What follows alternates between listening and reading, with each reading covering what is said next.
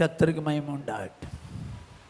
இந்த நாளின் செய்தியின் தலைப்பு, வேதத்தை காத்து கொள்கிறவன் பாக்கியவான்.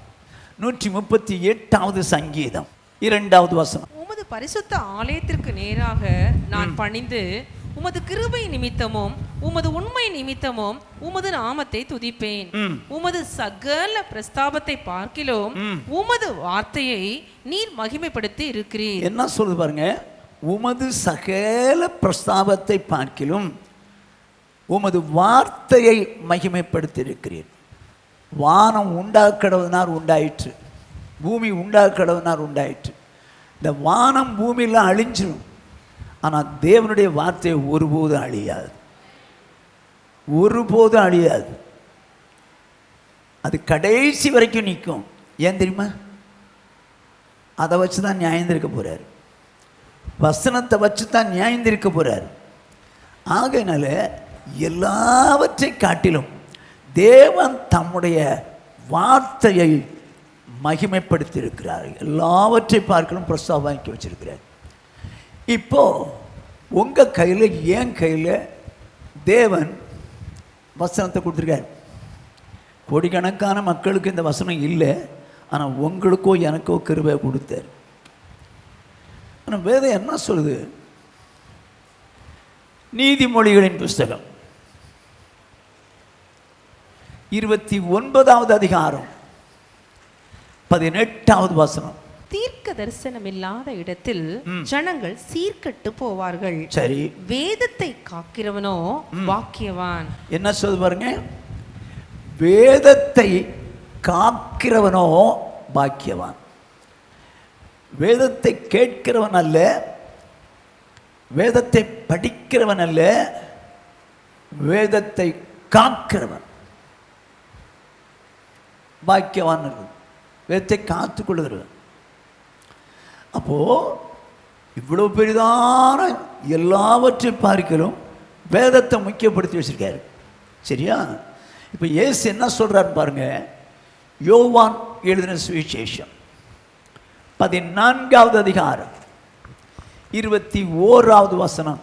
என் கற்பனைகளை பெற்றுக்கொண்டு அவைகளை கை கொள்ளுகிறவனே என்னிடத்தில் அன்பா இருக்கிறான். இயேசு தான் சொல்றாரு, நான் சொன்ன என் கற்பனைகளை பெற்றுக்கொண்டு அவைகளை கை கொள்ளுகிறவனே, நல்லா கவனிச்சுங்க, கை கொள்ளுகிறவனே என்னிடத்தில் அன்பா இருக்கிறான்.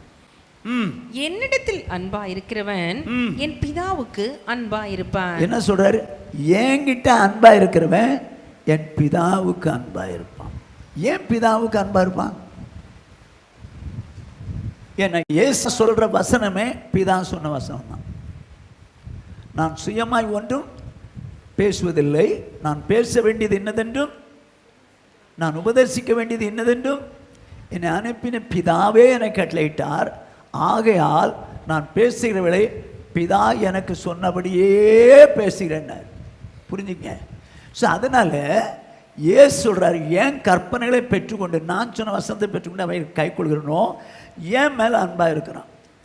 ஏன் மேலே அன்பாக இருக்க மட்டும் இல்லை, என்னிடத்தில் அன்பாக இருக்கிறவன் என் பிதாவுக்கு அன்பாக இருப்பான். இப்போ பெற்றுக்கொண்டாச்சு, படிக்கிறோம், ஆண்டவரே வாழ்கிறேன்னு சொல்லி பெற்றுக்கொள்கிறோம். அன்பாக இருப்பான்.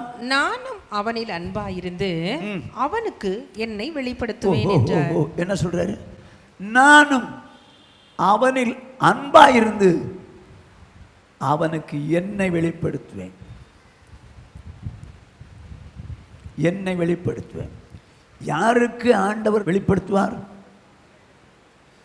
ஆண்டவர் மேல அன்பு கூர்ந்து வசனத்தின்படி வாழணும்னு நினைக்கிறாங்களே, அவங்க மேல அன்பு கூர்ந்து செயல்படும் போது ஆண்டவர் சொல்றாரு, அவனுக்கு என்னை வெளிப்படுத்துவேன். எப்படி வெளிப்படுத்துவார்? வானத்தில் இறங்கி வந்து பொத்துன்னு குதிச்சு, மகனை வந்து விட்டேன், நான் தான் இயேசு, அப்படியே வெளிப்படுத்துவார்? அப்படிலாம் இல்லை. எப்படி வெளிப்படுத்துறாரு? 1 சாமுவேலின் புஸ்தகம் 3வது அதிகாரம் கடைசி வசனம். கர்த்தர் பின்னும் சீலோவிலே தரிசனம் தந்துள்ளினார். கர்த்தர் சீலோவிலே தம்முடைய வார்த்தையினாலே சாமுவேலுக்கு தம்மை வெளிப்படுத்தினார். என்ன சொல்றார் பாருங்க, கர்த்தர் சீலோவிலே தம்முடைய வார்த்தையினாலே சாமுவேலுக்கு தம்மை வெளிப்படுத்தினார். இயேசு என்ன சொன்னார்? ஒருவன் என்னில் அன்பாயிருந்தா என் வசன கை கொள்வான். பிதா அன்பாக இருப்பார். நான் என்ன பண்ணுவேன்? அவனிடத்தில் அன்பாயிருந்து அவனுக்கு என்னை எப்படி வெளிப்படுத்துவார்? வசனத்தின்படி தான் வெளிப்படுத்துவார். வானத்திலிருந்து பொத்துன்னு ஆண்டவரே எனக்கு வெளிப்படுத்துங்க, நீங்கள் வந்துடுங்க அப்படின்னு வானத்தில் வந்துட மாட்டார். வேதத்திலிருந்து தான் வெளிப்படுத்துவார். நல்லா புரிஞ்சுங்க, சரியா? இப்போ எதுக்கு வெளிப்படுத்துகிறாரு? யார் அவர் மேலே அன்பாக இருந்து வசனங்களை கை கொள்கிறாங்களோ அவங்களுக்கு தான் மேலும் மேலும் மேலும் மேலும் செய்வதற்கு வெளிப்படுத்திட்டு இருக்கிறார். ஓகே, சரி. இப்போ பிரசங்கியின் புஸ்தகம் 12வது அதிகாரம் 13வது வசனம். காரியத்தின் கடைத்தொகையை கேட்போமாக. தேவனுக்கு பயந்து அவர் கற்பனைகளை கைக்கொள். எல்லா மனுஷன் மேலும் விழுந்த கடமை இதுவே. நல்லா கவனிங்க. எல்லா மனுஷர் மேலும் விழுந்த கடமை இதுவே. கடமை இதுவே. எது கடமை? எது கடமை? தேவனுக்கு பயந்து அவருடைய கற்பனைகளை கைக்கொள். 2 பாயிண்ட் இருக்கு அதுல. இதுதான் கடமை. தேவனுக்கு பயப்படுறதுனா என்ன? மூக்கு குத்திடுவாரோ, கண்ணை பிடிங்கிடுவார், அது அல்ல கர்த்தருக்கு பயப்படுற பயம். நல்லா கவனிச்சிங்க. தேவனுக்கு பயந்து வசனத்தின்படி வாழணும். சௌரியே நீ வசனத்தின்படி வாழணும்னு நினைக்கிறேன். ஆனால் நான் இப்போ சொல்கிறேன் பாரு, உன்கிட்ட கர்த்தர் பயப்படுற பயம் இல்லை. இல்லை. வசனத்தின்படி வாழ்வேன் தான் சொல்கிறேன். ஆனால் உனக்கு கர்த்தர் பயப்படுற பயம் இல்லை. எப்படின்னு சொல்லட்டுமா? நல்லா கவனிச்சிங்க.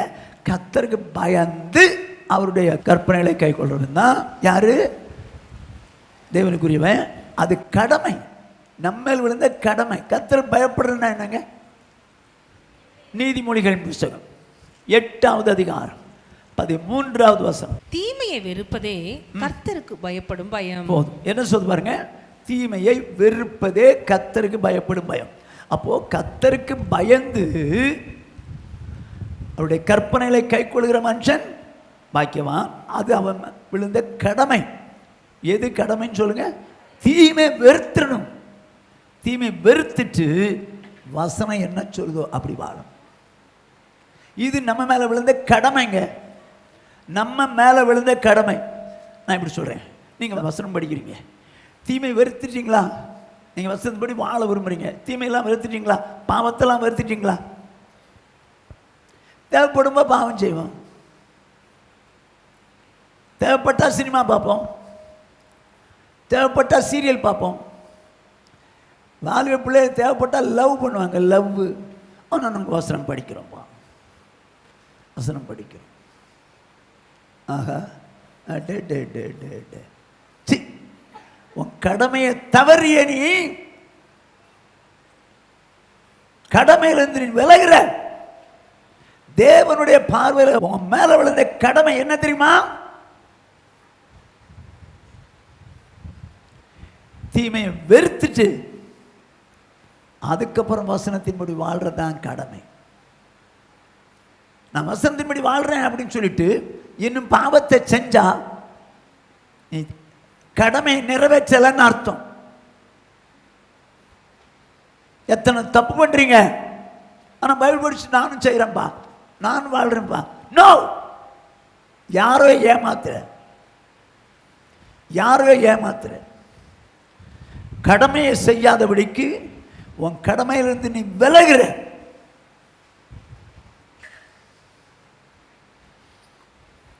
நீ பைபிள் படிக்கிற, ரைட்டு, தேவன் விரும்பாத காரியங்கள் இருந்து விலகிட்டியா? அடுத்தவங்களை பற்றி தவறா பேசுறியா? இல்லை எங்கிருந்து அங்கிருந்து அங்கே புறம் கூறிட்டு அலையிறியா? வட்டிக்கு கொடுக்குறியா?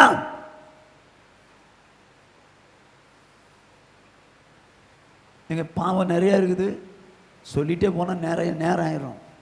உன் பாவத்தை வச்சுக்கிட்டே நான் பைபிள் படிக்கிறேன், கடமையை தவறிட்டேன், கடமையிலும் தவறிட்டேன்.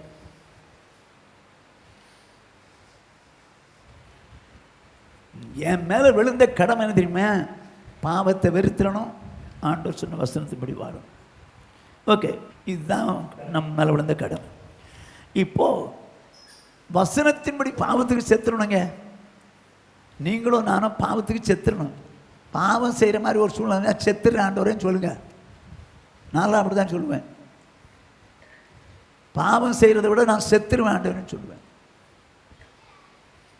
ஆனால் நீங்கள் என்ன நினைப்பீங்கன்னு எனக்கு தெரியாது. அது ஒன்றும் இல்லை, நான் செஞ்சுட்டு ஆண்டவர்கிட்ட மன்னிப்பு கேட்டுக்குவேன். எத்தனை பேர் தப்புன்ற நீ. ஆனால் பைபிள் படிக்கிற, எதுக்குங்க பைபிள் படிக்கிறீங்க? வசனம் சொல்லுது, தேவனுக்கு பயந்தவருடைய கற்பனைகளை கை கொள்கிறவன், அதுதான் கடமை. சரியா? இப்போ வசனத்தை எப்படி கை கொள்ளணும்? ஏசாயா தீர்க்கதரிசன புஸ்தகம் 66வது அதிகாரம் 2ஆம் வசனம். என்னுடைய கரம் இவைகள் எல்லாம் சிருஷ்டித்ததினால் இவைகள் எல்லாம் உண்டாயின என்று கர்த்தர் சொல்லுகிறார். சரி. ஆனாலும் சிறுமைப்பட்டு ஆவியில் நொறுங்குண்டு என் வசனத்துக்கு நடுங்குகிறவனையே நோக்கி பார்ப்பேன். என்ன சொல்றாரு? என் வசனத்துக்கு நடுங்கிறவனை நோக்கி பார்ப்பேன். என் வசனத்துக்கு நடுங்கிறவனை நோக்கி பார்ப்பேன். நடுங்கிறது என்னங்க? கீழ்ப்படுகிறது இல்லைங்க, இம்மிடியேட்டாக கீழ்ப்படுகிறது.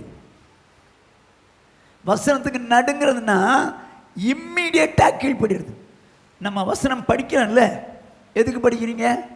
கீழ்ப்படுகிறதுக்கு படிச்சிங்கன்னா யூ ஆர் ரைட். பைபிள் படிக்கலைன்னா எனக்கு ஆசீர்வாதம் வராதுன்னு சொல்லி காலையில் நீதிமொழிகள், சாயங்காலம் சங்கீதம், அதனால தானே படிக்கிற. சரி, படிக்கிறப்பா, என்னதான் அதில் படித்து என்ன பண்ணுற? அதன்படி வாழணும்னு சொல்லி ஒப்பு கொடுக்கறது இல்லையா? சபைக்கு வர்றீங்க, சபைக்கு வர்றீங்க, சபையில் வந்து வசனம் கேட்குறீங்க. எதுக்கு வசனம் கேட்குறீங்க? எதுக்கு கேட்குறீங்க? எங்கள் விதி, நாங்கள் உட்காந்துருக்கோம் இப்போ, அதுக்காக வந்தீங்க? வசனம் கேட்க வந்தீங்க. வசனம் கேட்டீங்கன்னா அதன்படி வாழ விரும்புங்க, ஒப்புக்கொடு. அது எப்படின்னு இருக்குது? நடுங்கிறவனே. நான் எப்படின்னு 2 உதாரணம் சொல்கிறேன் பாருங்க. 2 உதாரணம். ஓகே, இப்போ ஆபிரகாமிட்ட ஒரு நாள் ஆண்டவர் வர்றார். ஒரு 13 வருஷமாக ஆண்டவருக்கும் ஆபிரகாமுக்கும் சம்பந்தமே இல்லாமல் போச்சு. 13 வருஷம் கழித்து ஆண்டவர் அவனுக்கு தரிசனம் ஆகிறார். எல்லாரும் எடுத்து வச்சுங்க, ஆதியாகமம் 17வது அதிகாரம் 1ஆம் வசனத்தை வாசிங்க, அதுக்கப்புறம் சொல்கிறேன். ஆபிரகாம் 99 வயதான போது, நல்லா கவனிச்சிங்க, ஆபிரகாமுக்கு 99. இவன் பிறந்தது எப்போ? அந்த வசனம், அந்த அதிகாரத்துக்கு முந்தின அதிகாரத்தின் கடைசி வசனத்தை வாசிங்க. ஆகார் ஆபிரகாமுக்கு இஸ்மவேலை பெற்ற போது ஆபிராம் 86 வயதா இருந்தான். சரிங்களா? 86. இப்போ எத்தனை வயசு? 90. 13 வருஷம் ஆபிரகாமுக்கும் ஆண்டவருக்கும் சம்பந்தமே இல்லாமல் போச்சு. ஏன் போச்சு? ஏன்?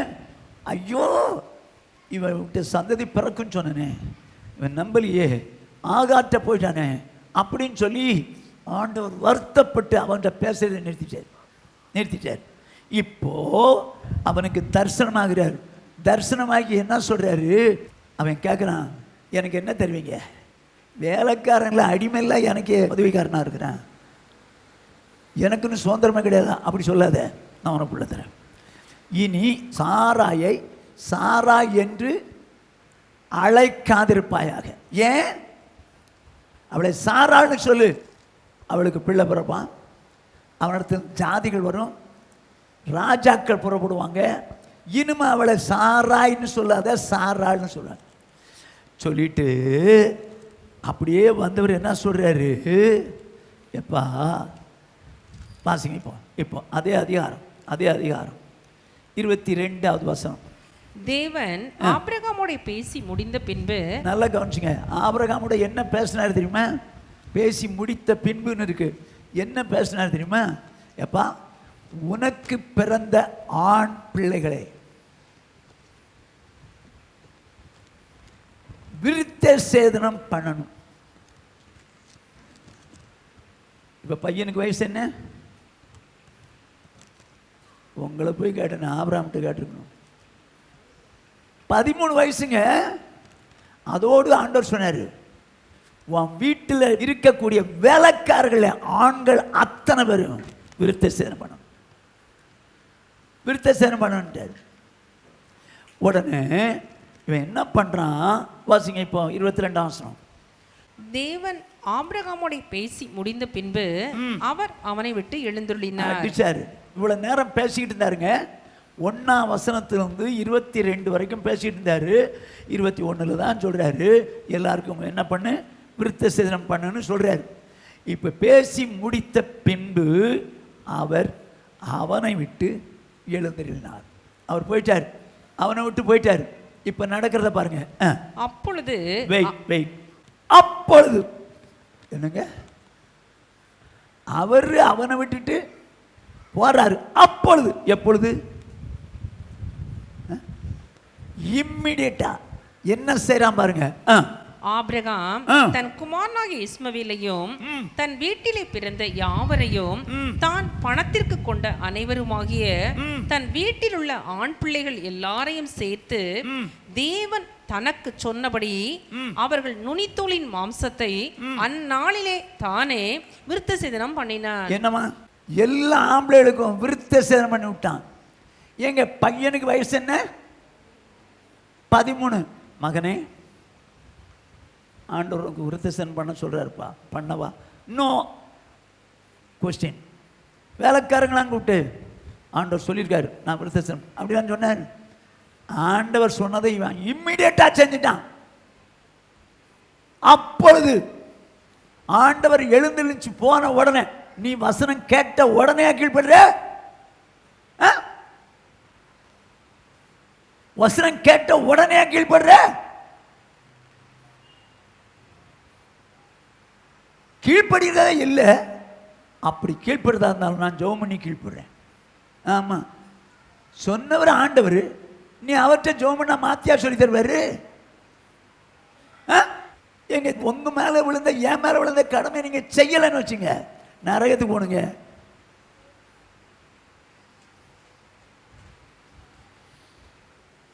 நீங்க பைபிள் படிக்கிறீங்களா?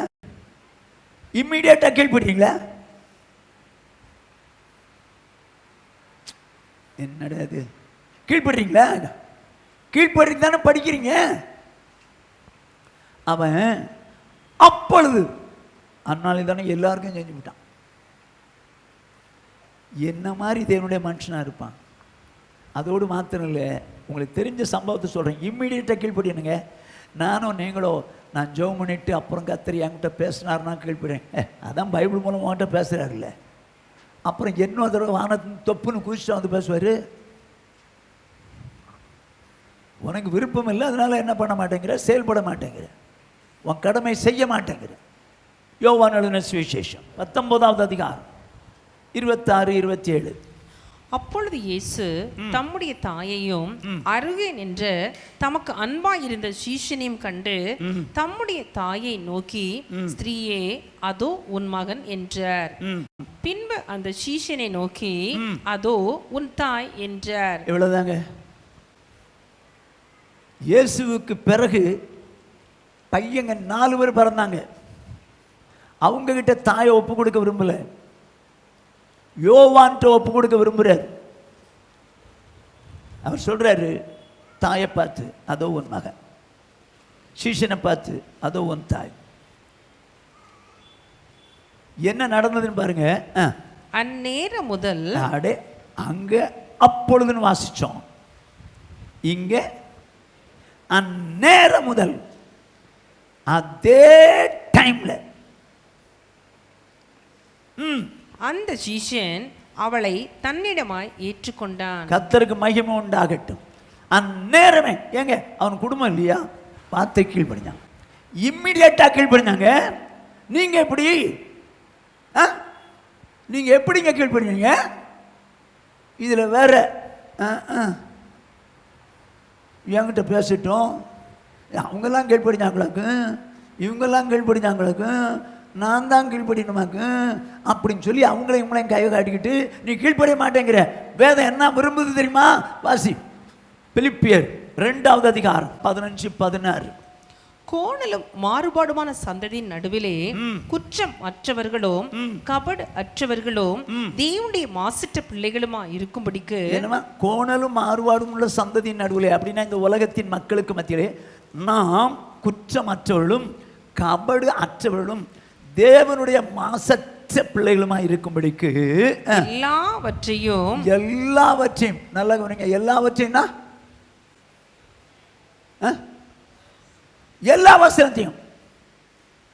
எல்லா வசனத்தையும் முறுமுறுப்பு இல்லாமலும் தர்க்கிப்பில்லாமலும் செய்யுங்கள். போதுமா? நீங்க இம்மிடியேட்டா கீழ்ப்படியணும். எல்லாவற்றையும் முறுமுறுப்புக்காம தர்க்கம் பண்ணாம அப்படியே செஞ்சிடும். நீங்க வசனம் படிக்கிறீங்களே, நான் வாழ்கிற ஆண்டவரை என்னை ஒப்பு கொடுக்குறேன், அப்படி தானே ஜெபம் பண்ணுவீங்க? அப்படி தானே ஜெபம் பண்ணுவீங்க? அப்படிலாம் பண்ண நான் ஜெபம் வாசிச்சுட்டே போயிட்டு இருப்பேன். ஆண்டவர் என்னை ஆசீர்வதிச்சுடுவாரு. நீ வாசிச்ச உடனே உன்னை ஆசீர்வதிச்சுடுவாரா? நீ வாசிச்சதுனால உன்னை ஆசீர்வதிச்சுடுவாரா? இன்னைக்கு காலையில் நீதிமொழிகள், நைட்டு சங்கீதம், போதும் போ. ஆமாம், மற்றதெல்லாம் எங்கே யாருக்கு எழுதி வச்சிருந்தாரு? எங்க இம்மிடியட்டா நான் என்ன விரும்புகிறேன்னா, நம்முடைய சபை ஒரு வசனம் கேட்டால் உடனே கீழ்ப்படுகிற சபையாக இருக்கணும்னு நான் விரும்புகிறேன். அவருக்கு அதான் விருப்பம், அதைத்தான் நானும் விரும்புகிறேன். எங்கள் ஆண்டவர் மேலே அன்பு இருந்துச்சுன்னா எந்த வசனமும் அவனுக்கு கடினமாக இருக்காதுங்க. எந்த வசனமும் கடினமாக இருக்காது. இன்னைக்கு அன்பு இல்லாதனால செய்ய முடியலைங்க. உன் கடமை நிறைவேற்ற மாட்டேங்கிற. பாவம் செய்ற, வசந்தம் வாழ மாட்டேங்கிற. ஆமாம், நீங்கள் பைபிள் படிக்கிறீங்க, கீழ்ப்படிய மாட்டேங்கிறீங்க. நல்லா ஜெபம் பண்ணுறீங்களா? என்ன ஜெபம் பண்ணுறீங்களா? சரியா? ஆனால் கீழ்ப்படிய மாட்டீங்களே. ஆனால் வசனம் கீழ்ப்படிய மாட்டீங்க, ஆனால் ஜெபம் பண்ணுவீங்க. அப்படி தானா? நான் உங்களை பார்த்தா நீங்கள் எங்கேயோ பார்க்குறீங்க. என்ன சொல்கிறீங்க? வசனம் படிப்பீங்க, கீழ்ப்படிய மாட்டீங்கல்ல. ஆனால் ஜெபம் 3 நேரம் பண்ணுறீங்க, தேவைப்பட்ட நேரமும் ஜெபம் பண்ணுறீங்கல்ல. நான் என்ன சொல்கிறேன்னா, வேதம் சொல்கிறேன். நீதிமொழிகளின் 28வது அதிகாரம் 9வது வசனம். வேதத்தை கேளாதபடி தன் செவியை விலக்கருடைய ஜெபமும் அருவருப்பானது. போதுமா? என்ன சொல்றாரு? நான் வேதத்தை படிப்பேன், கேட்க மாட்டேன் அப்படின்னு சொல்லி நீ கீழ்ப்படியாமல் ஜெபிக்கிறவளாய் இருந்தால் ஆண்டவர் சொல்றாரு, உன் ஜெபம் ஆண்டவர் பார்வையில் அருவருப்பு. இவன் வேற ஒரு ஜெபம் பண்ணுறாளான் ஜெபம், இவன் வேற ஜெபம் பண்ணுறான் ஜெபம், அருவருப்பா இருக்கான். ஏன் உங்க ஜெபம் அருவருப்பா இருக்குதான்? பரிசுத்தவான்களின் ஜெபம் அவருடைய பார்வையிலே அருமையானது, தெரியுமா உங்களுக்கு? ஆனால் இது எப்படி இருக்குதான்? அருவருப்பா இருக்குதான். ஏங்க அருவருப்பாச்சு? வேதத்தை நான் கேட்க மாட்டேன், நீர் சொல்றத நான் கேட்க மாட்டேன், ஆனால் நான் சொல்றதை நீர் கேட்கணும். எப்படி ஒத்துக்காருங்க? எப்படி ஒத்துக்காரு? யோசித்து பார். எந்த வசனத்துக்கு நீ கீழ்ப்படியல, ஆனா ஜெபம் பண்ற, ஆண்டவரே என்னை ஆசீர்வதிங்க, என் மனைவி ஆசீர்வதிங்க, என் புருஷனை ஆசீர்வதிங்க, என் பிள்ளைகளை ஆசீர்வதிங்க. ஓ, மூத்த பிள்ளை கல்யாணம் நடக்கணும், நாங்கள் ஒரு வீடு வாங்கணும், ஆண்டவரே கஷ்டம்லாம் போகணும், கடன்லாம் போகணும், இயேசுவின் மூலம் ஜெபம் கேளும் பிதாவை. அருவருப்புப்பா இந்த ஜெபம். இந்த ஜெபம் எனக்கு அருவருப்புப்பா. என்னைக்காக யோசித்தீங்க? என்னைக்காக யோசித்தீங்களா? நான் வேதத்தை கேட்காம ஜெபம் பண்ணா அந்த ஜெபம் ஆண்டவர் பார்வையில் அருவருப்புன்னு சொல்லுது, அருவருப்புன்னு சொல்லுது. அப்போ நீங்கள் எத்தனை நாளாக ஜெபம் பண்ணிட்டு இருக்கீங்க, ஆனால் அந்த அருவருப்பை தான் கேட்டுக்கிட்டு இருக்கிறீங்க. என்ன சொல்கிறீங்க? நீங்கள் கீழ்ப்படிஞ்சு ஜெபம் பண்ணீங்கன்னா யுவர் ரைட், உங்கள் ஜெபம் வேல்யூபிள் ஜெபம். ஆனால் நான் நீங்கள் சொல்கிறபடி செய்ய மாட்டேன் ஆண்டவரே, நான் சொல்கிறபடி நீங்கள் செய்யுங்க ஆண்டவரே. எப்படி இருக்கும்? உங்கள் பையனை எடுத்துங்களேன். உங்கள் பையன் நீங்கள் ஒரு காரியத்தை செய்யும், என்னால் முடியாதுப்பா, என்னால் செய்ய முடியாது அப்படின்றான். ஆனால் அவன் வந்து ஒரு காரியத்தை கேட்குறான். நீங்கள் என்ன சொல்லுவீங்க? நீங்கள் ரொம்ப இறக்கமுள்ளவங்க. அவன் செய்யலைன்னாலும் பரவாயில்ல, நான் கொடுத்துருவேன்றீங்களோ? ஏய், நான் சொன்னால் செய்ய மாட்டேங்கிறேன், நீ சொன்ன நான் செய்ய மாட்டா. வருத்தம் வராதா? வருத்தம் வராதா? அதைத்தான் ஆண்டவர் சொல்றாரு. வேதம் எனக்கு வேணாம், வேதத்தின்படி வாழ மாட்டேன், ஆனால் நீங்கள் நான் சொல்றதுக்கு எனக்கு பதில் சொல்லுங்க, எனக்கு செய்யுங்கன்றீங்க. அப்படியா? உடனே செஞ்சிருவார, உடனே செஞ்சிருவார. ஆண்டவருடைய வார்த்தையை நான் சொல்றேன், வேதத்தை கேளாதபடிக்கு தன் செவியை விலக்கிறவனுடைய ஜெபம் அருவருப்பான். எனக்கு பிரியம் இல்லைன்னு சொன்னா கூட பரவாயில்ல, என்ன சொல்றாரு? அருவருப்பானதுன்றார். சௌரனே சௌரிய கேள், எந்த வசனத்துக்கு நீங்க கீழ்ப்படியாம இருக்க பார். ஆனா அந்த வசனத்துக்கு நான் கீழ்ப்படிய மாட்டேன், ஆனா நான் சொல்றபடி நீங்க கேளுங்க. ஓ பாப்பா, உன் ஜெபமே அருவருப்பா இருக்கு. என்ன சொல்ல போறீங்க? எந்த வசனமா இருக்கட்டுங்க, நான் பர்டிகுலராக ஒரு வசனத்தை எதுவும் சொல்லலை, எந்த வசனமா இருக்கட்டும், வாழ்ந்தா ஒன்று ஆண்டவர் பிரியமாக வாழுவோம், முடியலையா பைபிளை தூர வச்சு போயிடுவோம். என்னை பொறுத்தளவு அப்படிதாங்க. ஒன்று வாழ்ந்தா உங்களுக்கு ஊழியக்காரனாக கர்த்தர் வச்சிருக்காரு, வேதத்தின்படியே வாழுவேன், வேதத்தின்படியே சொல்லுவேன். சப்போஸ் எனக்கு வேதத்தின்படி வாழ முடியலைன்னு வச்சுங்க, நான் பைபிளை வச்சு தூர வச்சு போயிடுவேன். நீங்கள் என்ன பண்ணிடுவீங்க? என்ன பண்ண? அன்னைக்கு குதிச்சு சொன்னாரியா, இப்போ பைபிளை வச்சுட்டே போயிட்டேன். சொல்லு, எனக்கு என்ன? எனக்கு தான் அதில் பிரியம் இல்லையே, எனக்கு தான் அதில் மாய்மாலம் பண்ண விருப்பம் இல்லையே. நான் வச்சுட்டு போயிடுவேங்க, எனக்கு கவலையே கிடையாது. ஏன்னா அழிய போகிறேன், இந்த உலகத்தில் தப்பு பண்ணி உலகத்தில் நல்லா வாழ்கிறேன், சந்தோஷமாக வாழ்கிறேன், முடிவில் நரகத்துக்கு போகிறேன். ஆனால் நீங்கள் எப்படி தெரியுமே, இங்கேயும் சந்தோஷமாக வாழ மாட்டீங்க, அங்கேயும் நரகத்துக்கு போயிடுவீங்க. ஐயோ, எப்படின்னா பாஸ்டருக்கு முன்னால் நல்ல மாதிரி நடிக்கிறது, பாஸ்டர் இல்லாத போது போயிட்டாரா பாஸ்டர், அவர் எப்போ போவார்? எப்படி செய்யக்கூடாதான்? தர்க்கம் பண்ணாமல் முறுமுறுக்காமல் இம்மிடியட்டாக செய்யணும். எந்த வசனத்துக்காக தர்க்கம் பண்ணுறீங்களா? ஏன் அவ செய்யலையா, அவன் பண்ணலையா, இவ பண்ணலையா அப்படின்னு சொல்லி தர்க்கம் பண்ணுறீங்க. உங்களுக்கு விருப்பம் இல்லைங்க, அதனால தான் தர்க்கம் பண்ணுறீங்க. அருமையான சௌரனே, மேலே இருக்க சௌரனே சௌரியை கேள், எந்த வசனத்தை தர்க்கம் பண்ணிட்டு செய்யாமல் இருக்கிற? உனக்கு விருப்பம் இல்லை, அதனால தர்க்கம் பண்ணிட்டு இருக்கிற. ஐயோ ஐயோ, எங்க வசனம் தெரியலன்னா கூட பிரச்சனை இல்லை, ஆனால் வசனம் தெரியறதுக்கு படிக்கணும். ஒரு நாள் எங்கள் வீட்டுக்கு மத்தியானம் போல் ஒரு பெரிய பணக்காருடைய மனைவி திடீர்னு வந்துட்டாங்க. எனக்கு அவங்கள தெரியும், ஆனால் ரொம்ப நாளாக அவங்கள பார்க்கல. நான் என்னையை பார்க்குறதுக்காக அவங்க வந்துட்டாங்க. அவங்க வந்தாங்க, நல்லா வசனம் பேசுகிறாங்க. அவங்க சென்னையில் உள்ள ஒரு பெரிய சபைக்கு போகிறவங்க, நல்ல வசனம் பேசுகிறாங்க. எனக்கு ரொம்ப சந்தோஷம். இவ்வளோ தூரம் வளர்ந்துருக்கீங்களே சிஸ்டர்? ஆமாம், அதிகமாக பைபிள் படிக்கிறேன், பக்கத்தில் வீடு இருக்கிறனால அடிக்கடி சர்ச்சுக்கு போயிடுறேன், நான் கத்திரிக்காய் வைராக்கியமாக வாழணும். ஆனால் ஒரு பொட்டு வச்சுருந்தாங்க பாருங்கள், ஒரு பொட்டு வச்சுருந்தாங்க. நான் சொன்னேன், இவ்வளோ தூரம் வசனம் பேசுகிறீங்களே, இந்த பொட்டு எடுக்க தெரியாதா? ஏன் பொட்டு வச்சா என்னவா? எங்கள் சபைக்கு வர்றவங்க நிறையா பேர் பொட்டு வச்சுருக்காங்க. அட்டை அட்டை அட்டை அட்டை. அவங்களாம் கம்யூன் எடுக்கிறாங்களா? ஆமாம் எடுக்கிறாங்க. பொட்டு வச்சுருவங்களுக்கு கம்யூன் கொடுக்குறாங்க. நான் சொன்னேன், பொட்டு வைக்கக்கூடாது தெரியுமா? அப்படியா? நிறைய பேர் பொட்டு வந்து தானே கம்யூன் எடுக்கிறாங்க, தவறு பண்ணுறாங்க. பொட்டு வைக்கக்கூடாதுன்னு வசனத்திலிருந்து எரேமியாவிலேருந்து எடுத்து சொன்னேன். ஆனால் கர்த்தருக்கு மகிமை உண்டாகட்டும், இம்மிடியேட்டாக பொட்டு எடுத்துட்டாங்க. இம்மிடியேட்டாக எனக்கு தெரியாதுங்க, இது வரைக்கும் எனக்கு யாரும் சொல்லித் தரலைங்க அப்படின்னு சொல்லிட்டு இம்மிடியேட்டாக பொட்டு எடுத்துட்டாங்க. வசனம் தெரிஞ்சவொன்னே எடுத்துட்டாங்களா? நான் இப்போ வசனம் சொல்லட்டா? இம்மிடியேட்டாக எடுத்துருவீங்களா? என்ன தெரிஞ்சுங்களா? பொட்டா? நாங்கள் பொட்டா வச்சுட்டு வந்திருக்கேன்.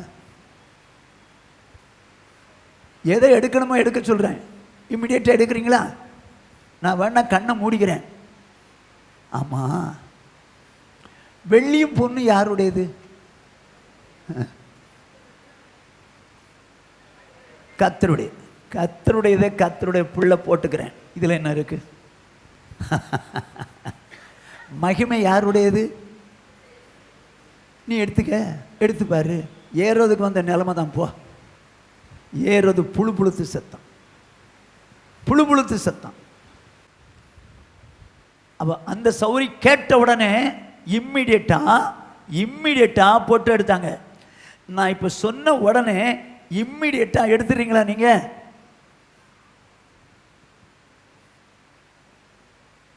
இப்போதான் முக்காடெல்லாம் ஸ்ட்ராங்காக போடுறாங்கப்பா.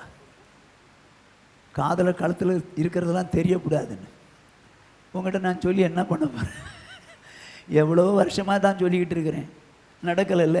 ஆனால் ரொம்ப கெட்டிக்காரங்க, நீங்கள் செய்ய மாட்டீங்க.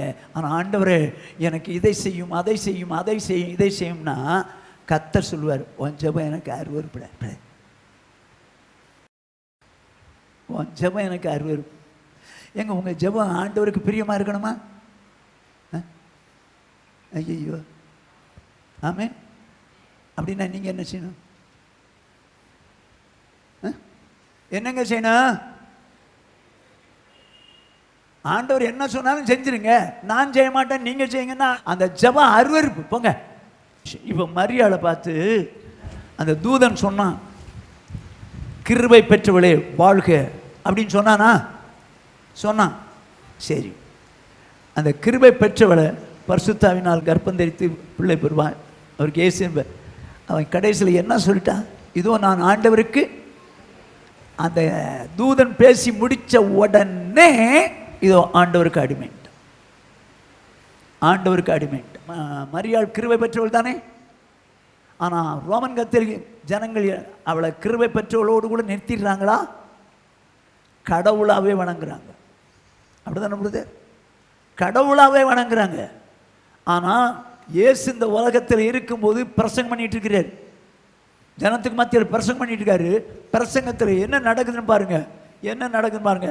லூக்காளுன சுவிசேஷம் 11வது அதிகாரம் 27வது 28வது வசனம். அவர் இவைகளை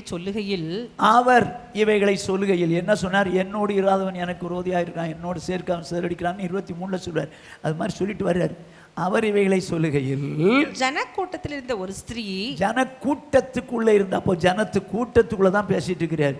ஜனக்கூட்டத்துக்குள்ளே இருந்த ஒரு ஸ்திரீ அவரை நோக்கி உம்மை சுமந்த கர்ப்பமும் நீர் பாலுண்ட முலைகளும் பாக்கியம் உள்ளவைகள் என்று சத்தமிட்டு சொன்னாள். ஐயோ, இயேசு பேசுனதை கேட்டுட்டு, ஐயோ உங்களை சுமந்த கர்ப்பவதி, அந்த கர்ப்பம் பாக்கியம் உள்ளது அப்படின்னு சத்தம் விட்டு சொன்னான். உடனே கரெக்டா சொன்னோம்மா அப்படின்னா சொன்னாரு. அதுக்கு பதில் என்ன சொல்றாரு பாருங்க.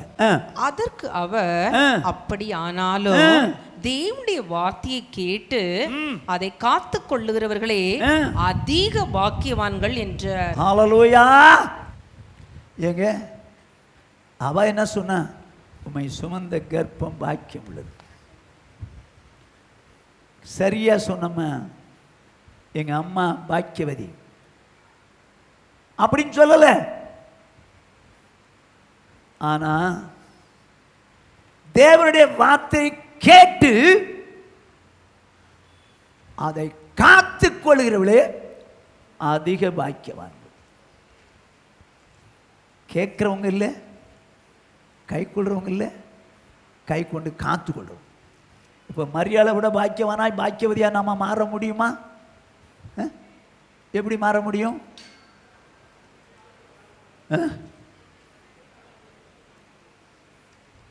கேட்டு அதன்படி வாழ்றது. அப்படி சொல்லு. கேட்டு வாழ்ந்து அதை காத்துக்கொள்ளணும் கடைசி வரைக்கும், சாவர வரைக்கும். புரியுதுங்களா? இன்னைக்கு கீழ்ப்படிஞ்சிட்டீங்க, ஆனால் கடைசி வரைக்கும் நீங்கள் காத்துக்கொள்ளும், கடைசி வரைக்கும் காத்துக்கொள்ளணும். ஏன் அப்படின்னா வேதம் சொல்லுது, வாசிங்க 119 சங்கீதம் 33வது வசனம். கர்த்தாவே, உமது பிரமாணங்களின் வழியை எனக்கு போதியும். என்ன சொல்றான் பாருங்க, பிரமாணங்களின் வழி எனக்கு சொல்லித்தாங்க, முடிவு பரியந்தம் நான் அதை காத்துக்கொள்ளுவேன். முடிவு பரியந்தம் கை கொள்றதில்லை, சொல்லி தந்த உடனே கை கொள்றான். நான் முடிவு பரியந்தம் அதை காத்து கொள்ளுவேன் அப்படின்றான். எங்க சங்கீதக்காரன் சொல்றான், ஒரு வசனம் தெரிஞ்சுன்னா எது வரைக்கும் வாழ்வான்? முடிவு பரியந்தம் அதை காத்து கொள்வான், வசனத்தை காத்து கொள்வான். நீங்க இப்படி வசனம் தெரிஞ்ச உடனே ஒரு மாதம் வாழ்வீங்க, அதுக்கப்புறம் அது ஒரு மாதம் வாழ்ந்தாச்சு இல்லை, இன்னும் முடிவு புரிந்த கை கொண்டு அவங்க காத்துக்கொள்றாங்கன்னு அர்த்தம். சப்போஸ் காத்துக்கொள்ள முடியல, அவங்க யாருன்னு பாருங்க. அதே சங்கீதம் 158வது வசனம். உமது வசனத்தை காத்துக்கொள்ளாத துரோகிகளை நான் கண்டபோது எனக்கு அருவருப்பாய் இருந்தது. நல்ல கவனிங்க, உம்முடைய வசனத்தை காத்து கொள்ளாத துரோகிகளை நான் கண்டபோது எனக்கு அருவருப்பா இருந்துச்சு. யாரை பார்த்தா அருவருப்பா தெரிஞ்சது சங்கீதக்காரனுக்கு?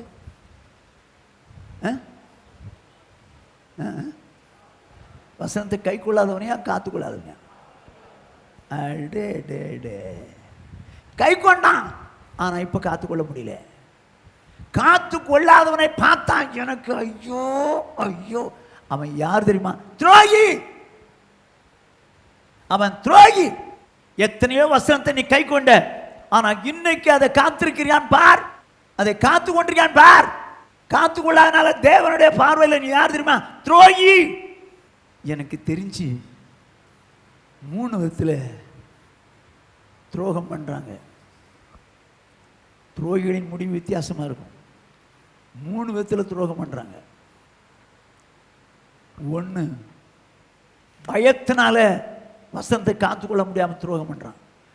2, மாமிச இச்சையினால காத்துக்கொள்ளாம துரோகம் பண்றாங்க. 3, யாரோ கள்ள போதகனால காத்துக்கொள்ளாம துரோகம் பண்றாங்க. நான் உங்களுக்கு விவரமா புரியுற மாதிரி சொல்றேன், கவனிச்சுங்க. வசனத்தை ஒன்று கேட்டா கீழ்ப்படிஞ்ச கடைசி வரைக்கும் வாழ்னுங்க, அதான் காத்துக்கொள்வது. இப்ப வாசிங்க 1 சாமுவேலின் புத்தகம் 28வது அதிகாரம் 6-9. சவுல் கர்த்தரிடத்தில் விசாரிக்கும் போது கர்த்தர் அவனுக்கு சொப்பனங்களின் ஆவது, ஊரிமீனின் ஆளாவது, தீர்க்க தரிசனங்களின் ஆளாவது மறு உத்தரவு அருளவில்லை. இப்போ பெலிஸ்தியர் பாளையம் இறங்கிட்டாங்க இஸ்ரவேல் ஜனங்களை சுத்தி. இப்ப என்ன செய்யறதுன்னு தெரியல, பயம் வந்துருச்சுது. ஆண்டவர்கிட்ட விசாரிக்கிறான், ஆனா சொப்பனத்திலாவது ஊரிமீனிலாவது தீர்க்க தரிசனங்களாவது ஒன்றும் வெளிப்படலை, ஒன்றும் தெரிய மாட்டேங்குது. ஆண்டவர் சொன்னாதான் போக முடியும் யுத்தத்துக்கு, ஒன்றும் வெளிப்படலை. உடனே இவன் என்ன கேட்கிறான் பாருங்க தயவு செய்து. அப்பொழுது சவுல் தன் ஊழியக்காரரை நோக்கி, அஞ்சனம் பார்க்கிற ஒரு ஸ்திரீயை தேடுங்கள். அடே, கூட நிற்கிற வேற ஊழியக்காரங்களை மிலிட்ரிக்காரங்களை பார்த்து கேட்குறான், ஏய் யாரா அஞ்சனம் பார்க்குறவங்க யாராவது இருக்கிறாங்களா கொஞ்சம் பாரு. இது வரைக்கும் யார்கிட்ட கேட்டு பார்த்தான்? கர்த்தர்ட்ட கேட்டு பார்த்தான், நோ ரிப்ளை. இப்போ அஞ்சனம் பார்க்குற யாராவது இருந்தாங்கன்னு பாரு. உடனே அவனுங்க என்ன சொல்றானுங்க பாருங்க. நான் அவனிடத்தில் போய் விசாரிப்பேன் என்றான். அதற்கு அவனுடைய ஊழியக்காரர், இதோ எந்த ஊரிலே அஞ்சனம் பார்க்கிற ஒரு ஸ்திரீ இருக்கிறாள் என்றார்கள். இம்மிடியட் ஆன்சருங்க, இம்மிடியட் ஆன்சர். என்ன சொல்றாங்க? எந்த ஊரில் அஞ்சனம் பார்க்குற ஒரு ஸ்திரீ இருக்கிறாள். இவனுக்கு எப்படி தெரிஞ்சிச்சு? இம்மிடியட்டா சொல்றானுங்க. எப்படி தெரிஞ்சிச்சு? இவனுக்கு கில்லாடி போல் ராஜாவுக்கு தெரியாமலே அப்பப்போ போயிட்டு வந்துடுவாங்க. அஞ்சனம் பார்த்து வந்தேன். அதனால இம்மிடியட்டாக என்ன சொல்கிறான், அவனுடைய அட்ரஸை சொல்கிறான். சரி, இப்போ நடக்கிறத பார்ப்போம். அப்பொழுது சவுல் வேஷம் மாறி, அப்பொழுது, எப்பொழுது இந்த காரியம் கேட்ட உடனே, அப்பொழுது வேஷம் மாறி வேறு வஸ்திரம் தரித்து கொண்டு அவனும் அவனுடைய கூட 2 பேரும் ராத்திரியிலே அந்த ஸ்திரீனிடத்தில் போய் சேர்ந்தார்கள். அவளை அவன் நோக்கி, நீ அஞ்சனம் பார்த்து எனக்கு குறி சொல்லி நான் உன்னிடத்தில் சொல்லுகிறவனை எழும்பி வர செய் என்றான். வேஷம் மாறி அவட்ட வந்துட்டாங்க. ராத்திரியோடு ராத்திரியா என்ன சொல்றான், அவளை அவன் நோக்கி, நீ அஞ்சனம் பார்த்து எனக்கு குறி சொல்லி நான் உன்னிடத்தில் சொல்லுகிறவனை எழும்பி வர செய். அவ வேலையாக தானே, அவள் வேலையாக தானே. ஆனால் அவள் என்ன சொல்கிறா பாருங்க, இவன் யாருன்னே தெரியாது, இவன் யாருன்னே தெரியாது. ஆனா என்ன சொல்றா பாருங்க. அதற்கு அந்த ஸ்திரீ, சவுல் அஞ்சனம் பார்க்கிறவர்களையும் குறி சொல்லுகிறவர்களையும் தேசத்தில் இராதபடிக்கு நிர்மூலமாக்கின செய்தியை நீர் அறிவீரே. ஏற்கனவே குறி சொல்லிட்டு இருக்கிறா. ஆனா குறி கேட்க வந்தவங்கிட்ட என்ன சொல்றா, நான் குறி சொல்றது இல்லையா அப்படின்னா சொல்லக்கூடாது. என்ன சொல்றா, சவுல் அஞ்சனம் பார்க்கிறவர்களையும் குறி சொல்லுகிறவர்களையும் தேசத்தில் இராதபடிக்கு நிர்மூலமாக்கின செய்தி உங்களுக்கு தெரியாதா, கொண்டு போட்டது தெரியாதா? இப்ப எனக்கே கண்ணி வைக்கிறீங்களேன்ற அப்படின்னா அர்த்தம் என்ன, நான் இப்படி செஞ்சேன்னா சவுல் என்ன கொண்டு விடுவாருன்றான். இப்போ சவுல் அப்போ இதுக்கு முன்னால் என்ன பண்ணிட்டான், ராஜாவான உடனே அஞ்சனம் பார்க்குறவங்க குறி சொல்கிறவங்க எல்லாருமே தேசத்தில் இருக்கக்கூடாதபடிக்கு காலி பண்ணிட்டான். காலி பண்ணிட்டான். கொஞ்சம் கவனமாக கேட்டுங்க. தேசத்தில் இருக்கக்கூடாதபடி காலி பண்ணிட்டான். இப்போ சிச்சுவேஷன் வருது, சிச்சுவேஷன் வருது. இப்போ குறி சொல்கிற பொம்பளை கிட்ட போயிட்டான். காத்துக்கொள்ளலை. காத்துக்கொள்ளாதவன் யாரு? துரோகி. துரோகி. சவர்னே கேள், வசனம் ஒண்ணு சொன்னது நீ செஞ்ச, ஆனா இப்பொழுதோ அதுக்கு மாறா நடக்கிற. ஏன் தெரியுமா, நீ துரோகி. என்ன நடந்துச்சுன்னு பாருங்க. 1 நாளாகமம் 10வது அதிகாரம் 13வது 14வது வசனங்கள். அப்படியே சவுல் கர்த்தருடைய வார்த்தையை கைக்கொள்ளாமல் கர்த்தருக்கு செய்த தன் துரோகத்தின் நிமித்தமும் அவன் கர்த்தரை தேடாமல் அஞ்சனம் பார்க்கிறவர்களை கேட்கும்படிக்கு தேடினது நிமித்தமும் செத்து போனான். கர்த்தருக்கு செய்த தன் துரோகத்தின் நிமித்தமும் தேடினது நிமித்தமும் செத்து போனான். எப்படி செத்தான் பாருங்க. அதற்காக, எதற்காக? துரோகம் செய்ததற்காக. அதற்காக அவர் அவனை கொன்று, அவர் அவனை கொன்றார். ராஜ்ய பாரத்தை ஈசாயின் குமாரனாகிய தாவீது வசமாக திருப்பினார். அதற்காக அவர் அவனை கொன்றார். எதுக்காக கொன்னாரு? துரோகம் பண்ணனால. துரோகம் பண்ணனால. சவர்னே, சவர்னே, சௌரிய கேள். ஏன் இவன் துரோகம் பண்ணணும் தெரியுமா? பயம். பெலிஸ்தியர் வந்திருக்கிறாங்க, என்னமோ நடக்க போகுதுன்னு பயத்துல அவன் வசனத்துக்கு மாறா துரோகம் பண்றான். துரோகம் பண்றான். உன் வீட்டில் யாரோ பயமுறுத்துறாங்கிறதுக்காக நீ விட்ட தப்ப மறுபடி செய்யற துரோகி. யாருக்கோ பயந்து நீ விட்ட காரியத்தை மறுபடி நீ செய்வாயனால் நீ துரோகி. கடைசி வரைக்கும் காத்து கொள்றவன் தான் தேவனுக்கு பிரியமானவன். அவன் தான் பாக்கியவான். யோசிக்க, ஏதாவது நீ வேண்டான்னு சொல்லி விளக்கின காரியத்தை இப்ப சரியான் பாரு, சரியான் பாரு. இந்த சில பொம்பளைகள் நகையை கலத்திடுவாங்க, ஆனா சூழ்நிலை வரும்போது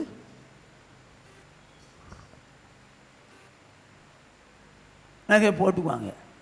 இவங்க யாருன்றீங்க? எதுக்கு கலத்துனாங்க? தெரியாமல் கலத்திட்டேன் ஐயா. வசனத்தின்படி கலத்திலையா? வசனத்தின்படி தானே கலத்தினேன், மறுபடியும் போட்ட. ஏன் ஏன் ஏன் காத்து கொள்ளாத துரோகி. ஆனால் ரொம்ப நல்லவங்க நம்ம ஆட்கள். இங்கெல்லாம் வரும்போது கிளியராக வருவாங்க. கல்யாண வீட்டுக்கு போகும்போது தான் ஒன்று போட்டுக்குவாங்க. அப்படியா? துரோகிப்பா, காத்து கொள்ளாத துரோகி.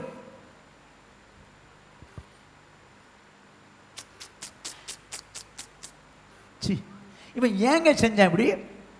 இவன் ஏன் துரோகம் பண்ணான்னு சொல்லுங்க. பயம், பயத்தினால. உன் குடும்பத்தாருக்காக பயப்படுறா, இல்லை யாருக்காக பயப்படுற, மேனேஜருக்காக பயப்படுற. நீ விட்ட காரியத்தை கடைசி வரைக்கும் நீ செயல்படுத்த முடியாம துரோகியா மாறுற. சரி, துரோகி அவுட்டு. அடுத்த ஒரு துரோகியை சொல்றேன் பாருங்க, வாசிங்க. நியாயாதிபதிகளின் புஸ்தகம் 13வது அதிகாரம் 2-5. அப்பொழுது தான் வம்சத்தானாகிய சோரா ஊரானான ஒரு மனுஷன் இருந்தான். ஓகே. அவன் பேர் மனோவா. அவன் மனைவி பிள்ளை பெறாத மலடியா இருந்தாள். சரி. கர்த்தருடைய தூதனானவர் அந்த ஸ்திரீக்கு தரிசனமாகி அவளை நோக்கி, இதோ பிள்ளை பெறாத மலடியான நீ கர்ப்பந்தரித்து ஒரு குமாரனை பெறுவாய். ஆதலால் நீ திராட்சரசமோ மதுபானமும் குடியாதபடிக்கும் தீட்டானது ஒன்றும் புசியாதபடிக்கும் எச்சரிக்கையாயிரு. இது இவளுக்கு கொடுத்த கட்டளை. நீ கர்ப்பந்தரித்து ஒரு குமாரனை பெறுவாய். சரி. அவன் தலையின் மேல் சவரகன் கத்தி படலாகாது.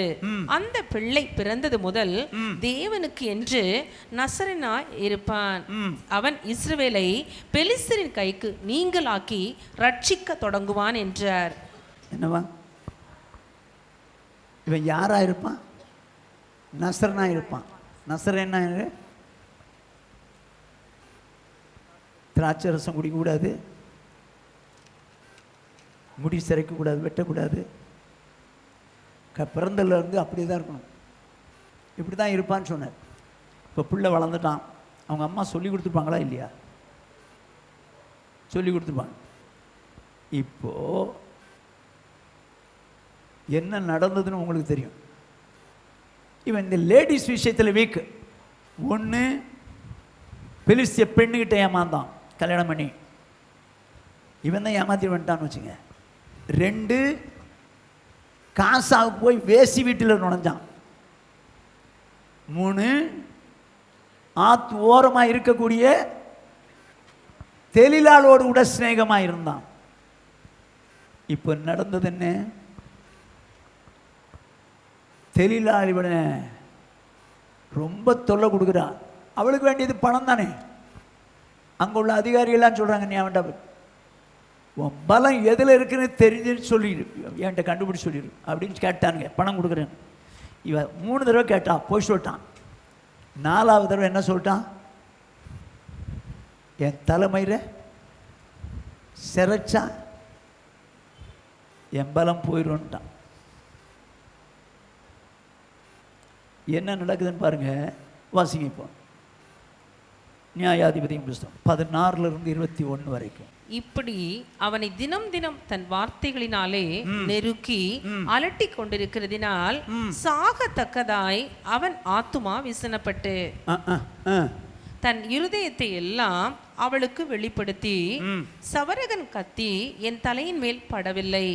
நான் என் தாயின் கர்ப்பத்தில் பிறந்தது முதல் தேவனுக்கென்று நசரேயே நானவன்.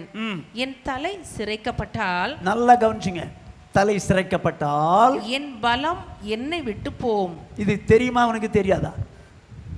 தெரிஞ்சனால தானே சொல்றான். தெரிஞ்சனால தானே சொல்றான். அப்ப இது வரைக்கும் அந்த சீக்கிரட்டை அவன் மனசில் வச்சு அப்படியே வாழ்ந்துருக்கிறான். சதனா, ஆண்டவர் சொன்னது இது. ஆண்டவர் சொன்னது கடைசி வரைக்கும் இப்படி வாழ்ந்துருக்கிறான். ஆனால் இப்பொழுதோ பொம்பளை பார்த்த உடனே ஏமாந்துட்டான். ஏமாந்துட்டான். சகோதரன் கத்தி என் தலையில் பட்டு முடி சிரைக்கப்பட்டால் என் பலம் போயிடும், நான் பலட்சியமாவேன்னு சொன்னான். சிறைச்சாங்களா? சிறைச்சாங்களாங்க? பலம் போயிடுச்சா? மாவாட்டினானா? கண்ணு போயிடுச்சா? தற்கொலை பண்ணானா? எதனால் நடந்துச்சு? இந்த மாமிச இச்சைனால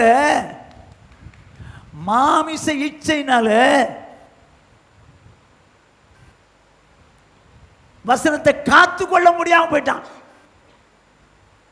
புரிஞ்சுக்கங்க, மாமிச இச்சை யாருக்கு இருக்குதோ அவங்க வசனத்தின்படி வாழ முடியாது. அவங்களால. ஜாக்கிரதை, ஜாக்கிரதை. மாமிசத்துக்கு இடம் கொடுக்காதீங்க. மாமிச இச்சை இந்த தப்பும் பண்ண சொல்லும், வசனத்துக்கு மாறா நடக்க சொல்லும். இவன் ஏன் வசனத்துக்கு மாறா நடந்தா? காத்துக்கொள்ளலாத. ஏன் காத்துக்கொள்ளல? அவன் மேல ஆசைங்க, பொம்பளை ஆசை. அதனால இந்த வசனத்தை காத்துக்கொள்ள முடியல. வெக்கக்கேடு. யோசித்து பார்த்துக்கோ. ஜாக்கிரதை. உன் மாமிசம் எதையோ ஆசைப்பட்டு தேவனுடைய வார்த்தையின்படி வாழ்ந்துகிட்டு ஒன்று, உன் மாமிச ஆசைனால மாறா நடந்தேன்னு வச்சுக்கோ, நீ காத்துக்கொள்ள துரோகி. துரோகி. புரியுதா? எத்தனை பேர் மாம்சத்தில் ஆசைப்பட்டு தேவன் விரும்பாத காரியங்களை செய்யற? எத்தனை பேர் செய்யற? மாம்ச இச்சையில் துரோகினி.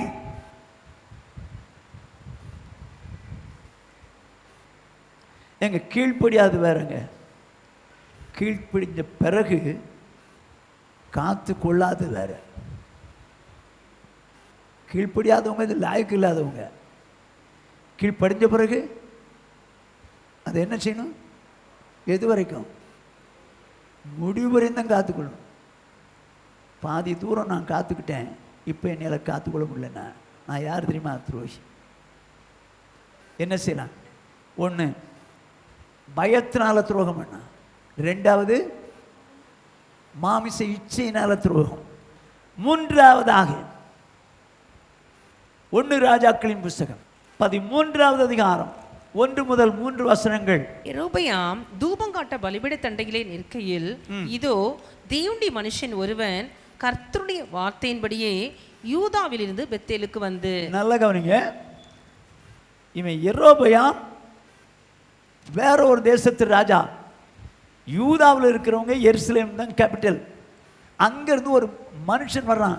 தீர்க்கதரிசி அல்ல, தீர்க்கதரிசி அல்ல. யூதாவிலிருந்து பெத்தேலுக்கு வந்தான். ஒரு தேவனுடைய மனுஷன். நல்ல கவனிச்சுங்க. அந்த பலிபீடத்தை நோக்கி, பலிபீடமே பலிபீடமே, இதோ தாவீதின் வம்சத்தில் யோசியா என்னும் பேருள்ள ஒரு குமாரன் பிறப்பான். அவன் உன்மேல் தூபம் காட்டுகிற மேடைகளின் ஆசாரியர்களை உன்மேல் பலியிடுவான். மனுஷரின் எலும்புகளும் உன்மேல் சுட்டரிக்கப்படும் என்பதை கர்த்தர் உரைக்கிறார் என்று கர்த்தருடைய வார்த்தையை கூறி. கர்த்தர் உரைக்கிறார் என்று கர்த்தருடைய வார்த்தை கூறி யார்கிட்ட? யெரொபெயாம்கிட்ட சொன்னா. யெரொபெயாம்கிட்ட சொன்னா பலிபீடத்தை நோக்கி சொல்றாங்க. யெரொபெயாம் அங்க தூபங்காட்டுக்கு நிற்கிறான்.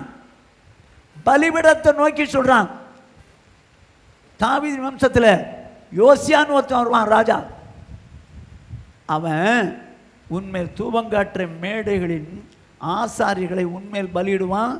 மனுஷன் எலும்புகளும் உன்மேல் சுட்டரிக்கப்படும் என்பதை கர்த்தர் உரைக்கிறார் என்று சொன்னான். அன்றைய தினம் அவன் ஒரு அடையாளத்தையும் சொல்லி. இப்போ எங்க இதுக்கு தான் பேசிட்டு இருக்கான். பலிபீடத்தை நோக்கி தான் பேசுறான். அப்ப அடையாளத்தையும் சொல்றான். என்னன்னு பாருங்க. இதோ இந்த பலிபீடம் வெடித்து அதன் மேலுள்ள சாம்பல் கொட்டுண்டு போம். கர்த்தர் உரைத்ததற்கு இதுவே அடையாளம் என்றான். என்ன சொல்றான்? இப்ப பலிபீடம் வெடிக்கும் பார், சாம்பல் கொட்டுது பார். மந்திரமா சொன்னான். ஆண்டவர் சொன்னதுக்கு அடையாளம் சொன்னான்.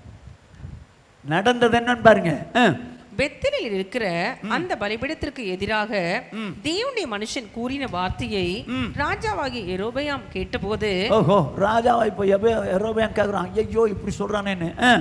அவனை பிடியுங்கள் என்று தன் கையை பலிபீடத்திலிருந்து நீட்டினான். ஐயா, இவன் பலி செலுத்த வந்திருக்கான், அவனை பிடியுங்கள் அப்படின்னு கையை நீட்டினான். என்ன நடக்குதுன்னு பாருங்க. அவனுக்கு விரோதமாய் நீட்டின கை தன்னிடமாக முடக்க கூடாதபடிக்கு மரத்து போயிற்று. தேவனுடைய மனுஷன் கர்த்தருடைய வார்த்தையால் குறித்திருந்த அடையாளத்தின்படியே பலிபீடம் வெடித்து சாம்பல் பலிபீடத்திலிருந்து கொட்டுண்டு போயிற்று. ராஜா கண்ணு முன்னாலே நடந்து போச்சு. ஏன்னா நான் சொன்ன வார்த்தைக்கு அடையாளம் என்ன? பலிபீடம் வெடிக்கும், சாம்பல் கொட்டுட்டு போகும். ஆனால் அதுக்கு முன்னாலே ராஜா என்ன சொல்றான், அவனை பிடியுங்கள் அப்படின்னா. ஆனால் அவன் இந்த தேவனுடைய மனுஷன் சொன்னபடியே நடந்ததுனால என்ன ஆகி போச்சு, கை அப்படியே நின்று போச்சு. என் மனுஷன் தேவனுடைய மனுஷன் சொன்னபடியே நடக்குதுரா அப்படின்னு சொல்லிட்டு, உன் தேவனை கொஞ்சம் வேண்டிக்கப்பா, என் கை சரியாகணும். வேண்டிக்கிட்டான், சரியாச்சா? சரியானவன என்ன சொன்னான், என் வீட்டில் சாப்பிட்டு போ, உனக்கு நிறைய வெகுமதி தர்றேன், என் வீட்டில் சாப்பிடு அப்படின்னு சொன்னான். அதுக்கு அவன் என்ன சொன்னான், இந்த பார், நான் வந்த வழியே வரக்கூடாது, திரும்பக்கூடாது, போன இடத்துல தண்ணி கூட குடிக்கக்கூடாதுன்னு கர்த்தர் சொல்லியிருக்காரு, நான் செய்ய மாட்டேன்னு சொல்லிட்டான்.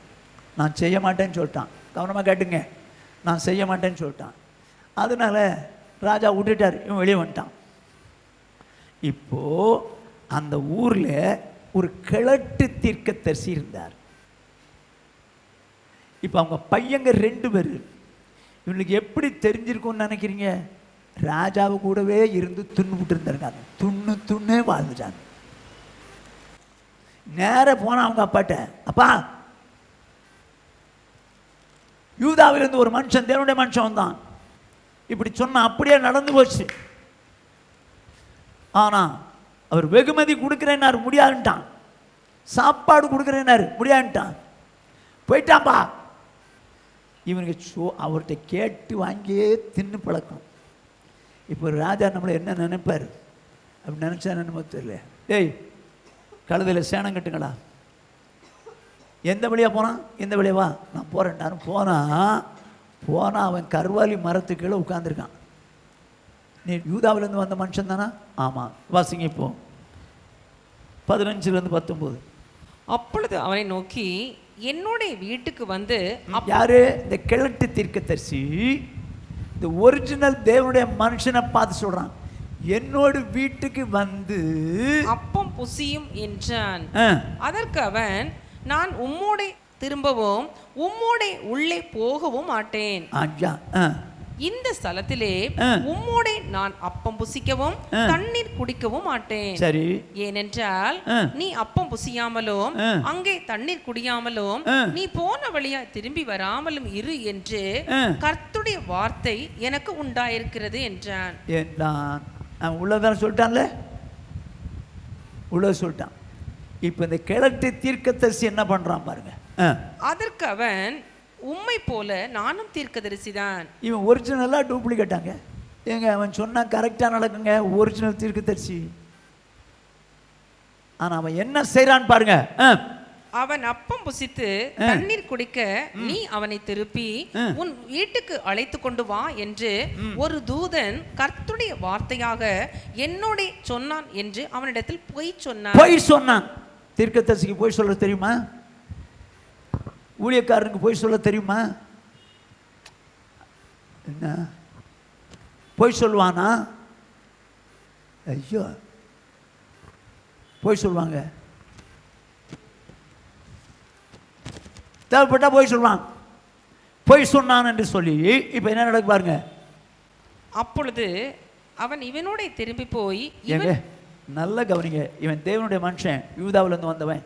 ஆண்டவர் சொன்ன வார்த்தை அங்கே நிறைவேற்றினானா கடைசி வரைக்கும் அதில் நின்றுக்கணுமா வேண்டாமா? அதை காத்து கொண்டிருக்கணுமா வேண்டாமா?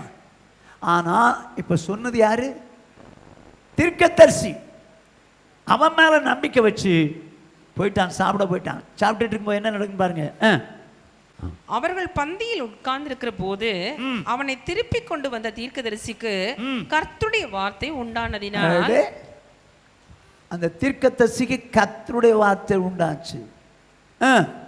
அவன் யூதாவிலிருந்து வந்த தேவனுடைய மனுஷனை பார்த்து சத்தமிட்டு, உன் தேவனாகிய கர்த்தர் உனக்கு கற்பித்த கட்டளையை நீ கைக்கொள்ளாமல் கர்த்தருடைய வாக்கை மீறி அப்பம் புசிக்கவும் தண்ணீர் குடிக்கவும் வேண்டாம் என்று அவர் விலக்கின ஸ்தலத்திற்கு நீ திரும்பி அப்பம் புசித்து தண்ணீர் குடித்தபடியினால் உன்னுடைய பிரேதம் உன் பிதாக்களின் கல்லறையிலே சேருவதில்லை என்று கர்த்தர் சொல்லுகிறார் என்றான்.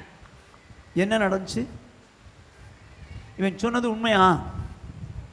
இந்த தீர்க்கதரிசி சொன்னது உண்மைதானா? உண்மைங்க.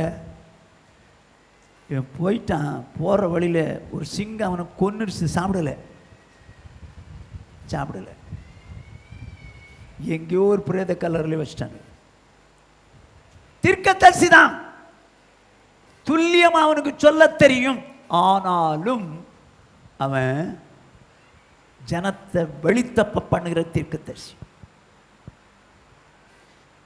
உத்தமா இருக்கிறான், தேவனுடைய மனுஷன், யூதாவிலிருந்து வந்தவன். ஆனால் இந்த தீர்க்கதரிசியோ பொய் சொல்லி அவனை வழித்தப்ப பண்ணிட்டானா? அவனுடைய உறுதியிலிருந்து மாற்ற வச்சிட்டானா? அருமையான சௌரனே, சௌரியே, இன்னைக்கு நிறைய ஊழியக்காரிங்க உங்ககிட்ட தப்பான உபதேசத்தை உபதேசிப்பாங்க. ஜாக்கிரதை. அவங்க சொல்றாங்கன்னு சொல்லி நான் செஞ்சேன், கேட்டேன், வந்தேன், போனேன்னு சொன்ன நீ சிக்கிட்ட.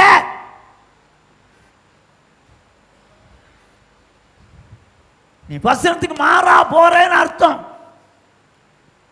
உன்ன மாதிரி ஆட்களை தான் சாத்தான் இப்படிப்பட்ட ஊழியக்காரர்களை வச்சு வேதத்துக்கு மாறா செயல்பட வைக்கிறான்.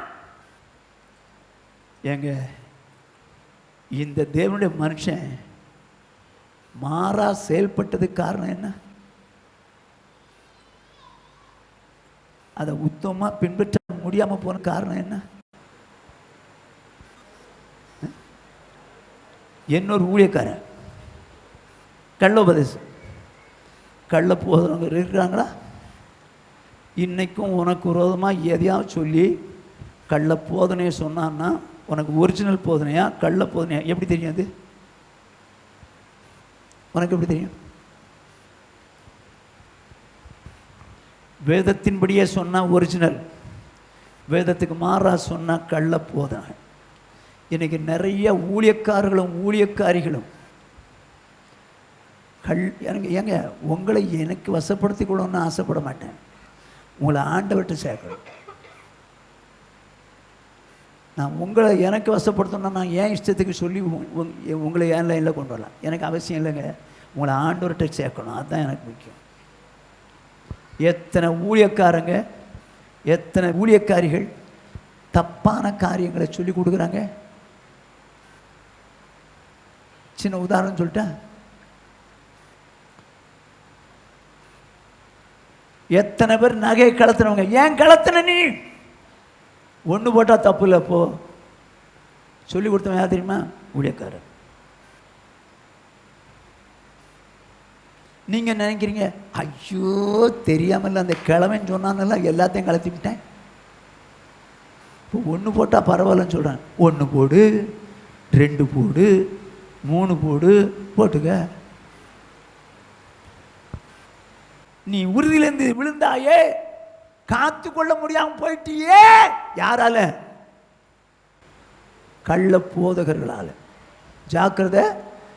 இந்த பாருங்க, தேவையில்லாமல் அந்த போதகன்கிட்ட போனேன், இந்த ஊழியக்காரங்கிட்ட போனேன், இந்த ஊழியக்காரிகிட்ட போனேன்னு சொல்லி பாஸ்டருக்கு மட்டும் தெரிஞ்சிடக்கூடாது. ஏன் பாஸ்டருக்கு தெரிஞ்சா என்னமா? பாஸ்டருக்கு தெரிஞ்சா என்னமா? நீ தெரியாமல் போனாலே தப்புன்றன்னு அர்த்தம். போதுமா? பாஸ்டருக்கு தெரியக்கூடாதுன்னு நினச்சி போனாலே தப்பு.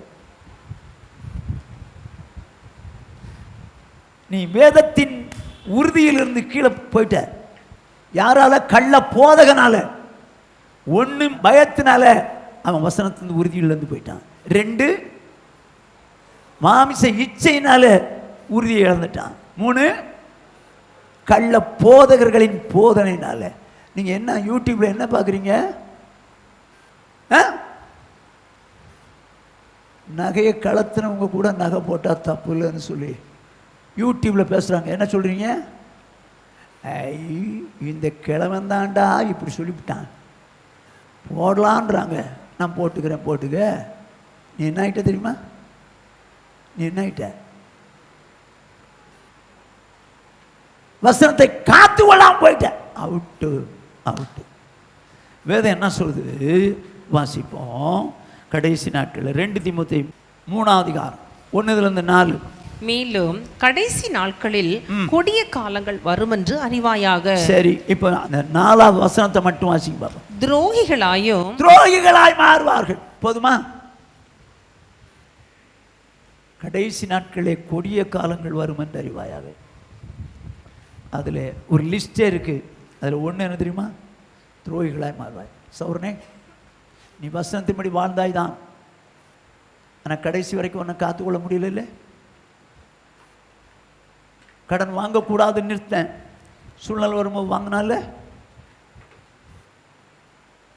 உன்னை காத்துக்கொள்ள முடியல. காத்துக்கொள்ள முடியல. யார்ட்டையும் சண்டை போடக்கூடாதுன்னு நினச்சேன், ஆனால் இவ பேசின பேச்சுக்கு இவட்ட நான் பேச முடியாது. உன்னால் எல்லாரோடும் சமானமாக இருக்க முடியல. காத்துக்கொள்ள முடியவில்லை. துணிகரக்காரராகும். எப்படிப்பட்டவங்களாம் மாறுவாங்களாம்? துரோகிகளாய் மாறுவாங்களாம். துரோகிகள்னா யாருங்க?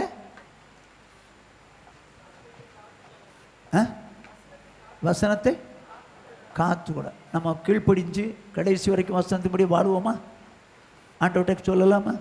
நான் ஒரு நாளும் துரோகி ஆயிடக்கூடாது ஆண்டவரே. கடைசி மட்டும் வசனத்தை கை கொள்ளணும், அதை காத்துக்கொள்ளணும். நமக்கு துரோகியாக மாறக்கூடாது. என்னை அர்ப்பணிக்கிறேன். ஆண்டவர்கிட்ட சொல்லாமா? எங்களை நேசிக்கிறேன் எங்கள் மகா பரிசுத்தமுள்ள எங்கள் பரலோக பிதாவே, உம்முடைய பரிசுத்தமுள்ள நாமத்தை வாழ்த்தி ஸ்தோத்திரிக்கிறோம். கிருபையும் இரக்கமுள்ள தேவனே ஸ்தோத்திரிக்கிறோம். தகப்பனே, இந்த வருஷத்தின் 8வது மாதத்தின் 1வது ஞாயிற்றுக்கிழமையிலே நாங்கள் உம்முடைய சன்னிதானத்தில் வந்து ஆராதிக்க கர்த்தர் பாராட்டின கிருபைகளுக்காய் கோடாகோடி ஸ்தோத்திரம். விசேஷமாக என் தகப்பனே, என் தேவனே, வேதத்தை கேளாதபடிக்கு தன் செவியை விலக்கிறவனுடைய ஜெபம் அருவருப்புன்னு சொன்னீங்களே. எங்கள் சபையார் உடைய ஜெபம் உம்முடைய பார்வையில் அருவருப்பாயிராதபடிக்கு வேதத்தை கேட்டு செயல்பட உதவிச்சிங்க. அதோடு மாத்திரமல்ல ஆண்டவரே, முடிவு பரியந்த அதை காத்துக்கொள்ள கர்த்தர் எங்களுக்கு கிருபை தருவீராக. வசனம் என்ன சொல்லுதோ அப்படியே வாழ்ந்து காத்துக்கொள்வதற்கு கர்த்தர் எனக்கு எங்களுக்கு கர்த்தர் கிருபை தருவீராக. காத்துக்கொள்ளாதவர்கள் துரோகி என்று இருக்குது. அந்த துரோகிகளின் கூட்டத்திலே நாங்களோ இராதபடிக்கு அதிக பயத்தோடும் நடுக்கத்தோடும் தேவனே நீங்கள் விரும்புகிறபடி நாங்கள் வசனங்களை காத்துக்கொள்ளட்டும். ஆண்டவரே, இந்த வாரத்தில் உடைய குமாரனா இயேசு கிறிஸ்துவின் வருகை இருக்குமானால் அவரை சந்திக்க எங்களை எல்லாரையும் ஆயத்தப்படுத்துங்க. துதி கன மகிமை எல்லாவற்றும் மக்கே செலுத்துகிறோம். இயேசு கிறிஸ்துவின் இன்ப நாமத்தில் வேண்டிக் கொள்கிறோம் ஜீவனுள்ள பிதாவே. என் ஆத்துமாவே கர்த்தரை ஸ்தோத்திரம், என் முழு பரிசுத்த நாமத்தை ஸ்தோத்திரம். என் ஆத்மாவே கர்த்தரை ஸ்தோத்திரம், அவர் செய்த சகல உபகாரங்களை மறவாதே. ஆமென். நம்முடைய கர்த்தராகிய இயேசு கிறிஸ்துவினுடைய கிருபையும் பிதாவாகிய தேவனுடைய அன்பும் பரிசுத்த ஆவியானுடைய ஐக்கியம் அந்யோன்யம் ஆறுதலும் சமாதானமும் இன்றும் என்றும் நம்மனவரோடும் உலகில் உள்ள சகல பரிசுத்தங்களோடு காப்பதாக. ஹல்லேலூயா, ஹல்லேலூயா, ஹல்லேலூயா.